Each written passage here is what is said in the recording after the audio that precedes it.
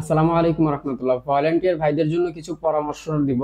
সেটা হচ্ছে যারা ঢাকা থেকে ত্রাণ নিয়ে যাচ্ছেন, আহ, তারা চেষ্টা করবেন কোন তারা চেষ্টা করবেন আগে রোড ম্যাপটা করে নেয়ার, এবং সেখানে যারা আছে তাদের সঙ্গে সমন্বয় করার বা স্থানীয় কোনো ভাইদের সঙ্গে কথা বলার। দ্বিতীয় কথা হচ্ছে যারা ছোট ছোট ফান্ড তৈরি করছেন বা ত্রাণ সংগ্রহ করছেন, 1 লাখ 2 লাখ 5 লাখ বা কম অথবা বেশি, তারা চেষ্টা করবেন বড় কোনো একটা টিমকে, যারা এক্সপার্ট তাদেরকে দিয়ে দেওয়ার জন্য। কারণ ফেনী চট্টগ্রাম এই অঞ্চলটায় উদ্ধার তৎপরতা চালানোর জন্য দক্ষ লোকজনের বেশি দরকার।